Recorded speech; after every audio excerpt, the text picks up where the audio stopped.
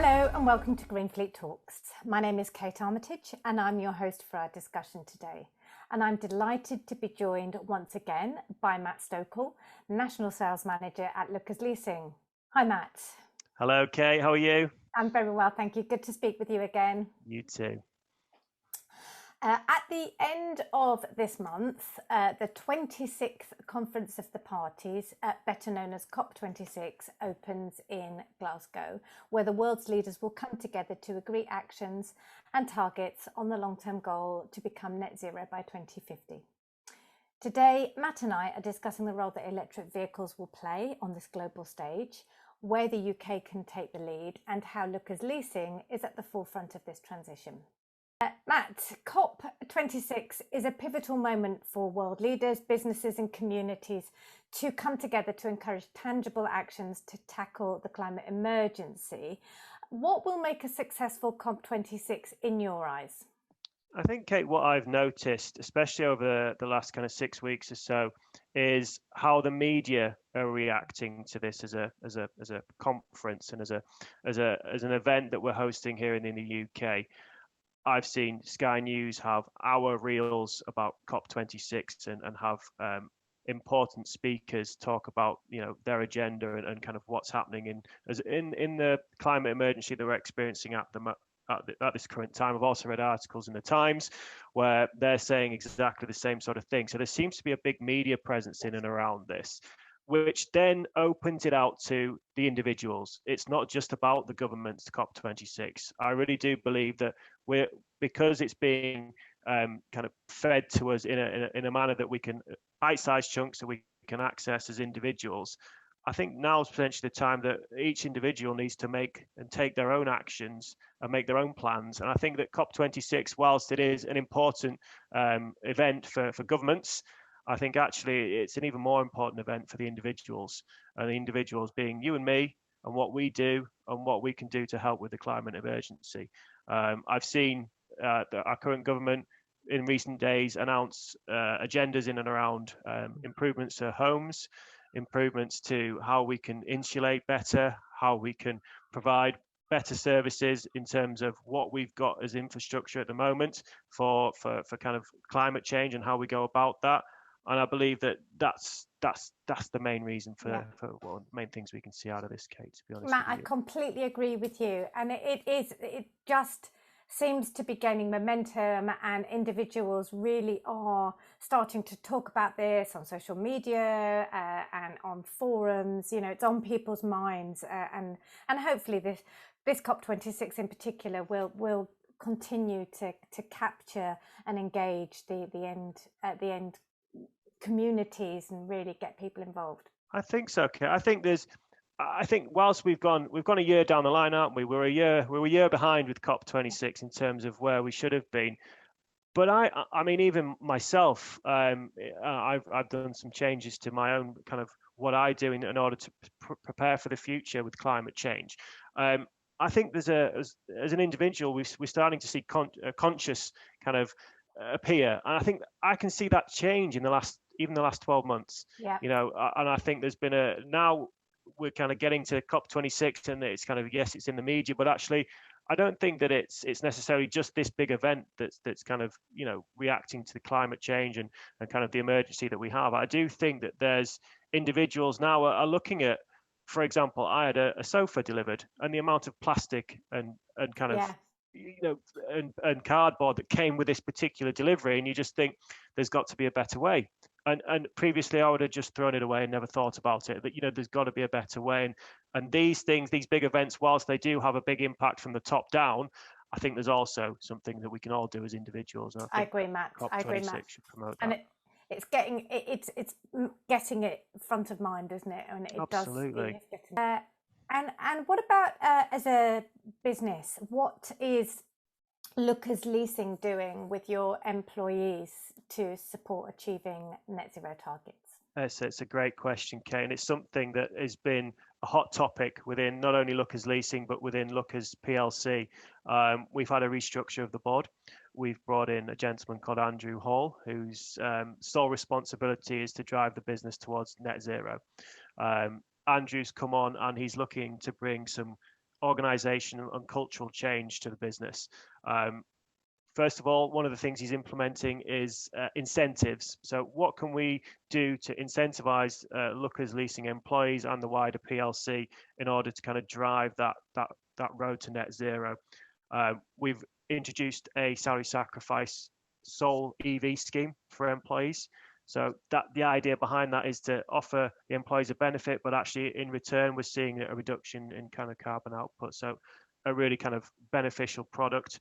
We've partnered up with Right Charge in order to provide the employees with a service to be able to have a wall charger and have those at the best, most competitive rates. A great organisation there. We've also partnered up with ZapMap in terms of looking at where charge points are, planning your routes and all that sort of stuff, all the good stuff that they bring to the party. And finally, we've created this hub called Fusebox. We've got an internal intranet called Workplace, and we've created the Fusebox Hub, and that's for all of our employees, 6,500 and above, to engage, discuss, and get involved with the world of electric vehicles and how we can best, improve our carbon output. Right, absolutely brilliant. And one of the key objectives of COP26 is to speed the uptake of electric vehicles. So, bearing in mind what you've just said, what is Lookers Leasing doing to support your customers, businesses, and public sector achieve this? Again, I think it comes down to the 2 points that I mentioned earlier. It's regarding, we've got to look at our customers' cultures and their organizational structures and how they go about making that migration over from ICE to EV. We're big promoters, and I certainly am, in terms of looking at procurement of vehicles on a whole life cost basis. Okay, I think if you do that, it kind of gets you out of the mindset of looking at just the rental on the particular vehicle, because electric vehicles can be expensive if you just isolate that monthly rental. They're still an expensive product, but we're still in that first adopter kind of situation with EV. The government have kind of forced the hand of fleet and drivers with the benefit in kind, being it so low as it is at the moment. So they've kind of forced the hand with that. So as part of our kind of mix of what we're trying to help our customers with that migration over is look at the whole life cost of what these vehicles are actually costing you. There's benefits on taxation, there's benefits on fuel. You add those together and actually you work out a pence per mile of what these vehicles are costing you, and actually they can be cost neutral in terms of the transfer from ICE to EV. And once you can have that analysis as a fleet decision maker, you're then comfortable with then setting the next stage, which is setting a policy.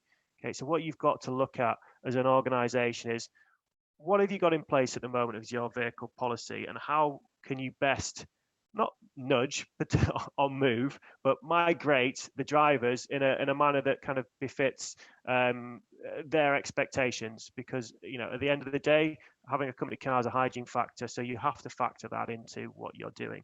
There's options there in and around. What can we do with a vehicle policy to help you? Now, 95% of vehicle policies, I would say, are pretty much the same, but it's that 5%. So what can we do to help you with that 5%? Can we say, here's an ICE option. You can still take your internal combustion vehicle, but you've got to put a business case forward in order to do so. If there's a valid business case, fine. If not, then we've got an EV that's fit for purpose, because we've gone and done all the due diligence in and around what vehicles fit your particular banding, what vehicles fit your particular term and mileage, and then there you go. We know it's going to work because we've tested it and we've done the work, and we've had the advice from our fleet provider, being us. And then hopefully the idea is that you come to a decision that not only is kind of beneficial to you as an organization by reducing your CO2 output and having all the benefits that going to an EV vehicle has, but actually you have a driver on the other end, which is important as well, that has a vehicle that's fit for purpose, is a benefit to them on tax, and then everybody's a winner out of this. Yes. Kate, really, because the managers and employees, they kind of live and breathe that company car policy, and it's and it is for many employees, it's probably outside their core job, probably the thing that they're most interested in, because they want to plan what the next vehicle is going to be. So it's a great tool to shape how people think about what the next vehicle is going to be.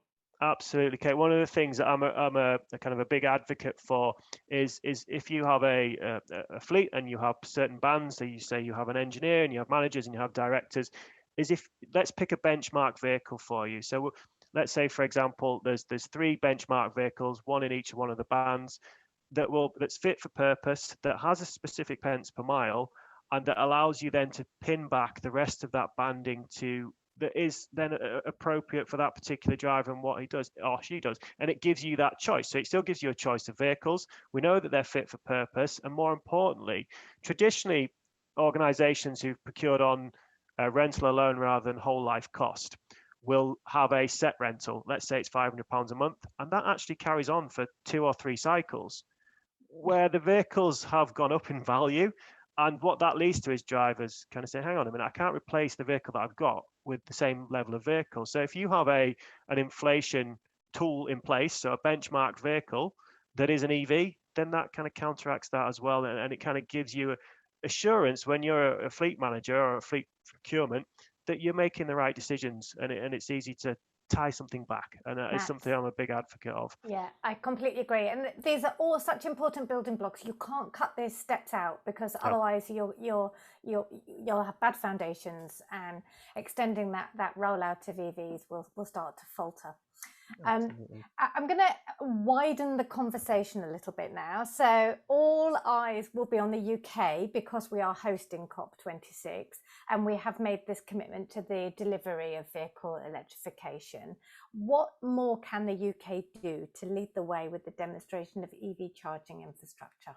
I think I'd like to make a point on charging, maybe go a little bit off on that, because I think there's some good points in and around it. I mean, in terms of the charging infrastructure in isolation, I'm a big believer that it needs to come from the top down. So the government themselves need to be making the decisions and then filtering it out to the local government, local organisations and councils in terms of how do we best roll out at speed, but in the right places in terms of getting those charge points out there. So there's confidence, because one of the things that we still get, Kate, when we're helping out fleets and we're trying to get them to migrate or helping them with that decision to migrate is, well, I hear that there's issues with the infrastructure. So we need to have confidence as the UK to say, no, that's now a myth. There is no issue.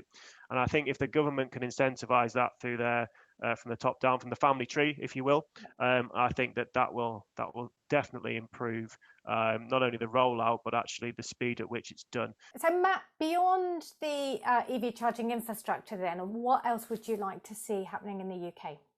Yeah, I think there's some good things going on at the moment, Kate, but I think there's some incentives that still could be improved on.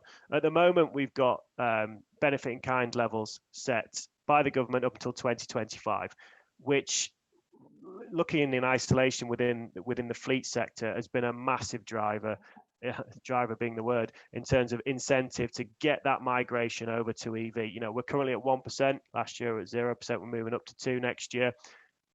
If the government can offer some clarity or give some information in and around how they're looking to structure it beyond 2025, we're going to have our typical fleet cycle of 3 years, Kate, coming up to next year, will mean that a driver could adopt an EV, and then in the final year of that cycle, potentially, they won't know what their taxation is going to be.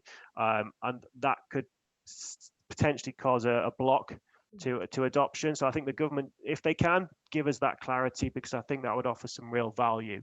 And can I add in, so we can talk about the carrot for electric vehicle drivers, but also what's the stick going to be for ICE drivers, you know, come 2025? How much is it going to cost you to own that or buy that ICE vehicle? Absolutely. I think where the government could potentially, if they continue with the benefit in kind being as it is quite low for EV adoption, then my opinion is they should go the other way with ICE vehicles and almost tax them out of the market. Okay, and I think if they do that then we'll see that adoption, because if it hits you in the pocket, that's usually the first place that you look.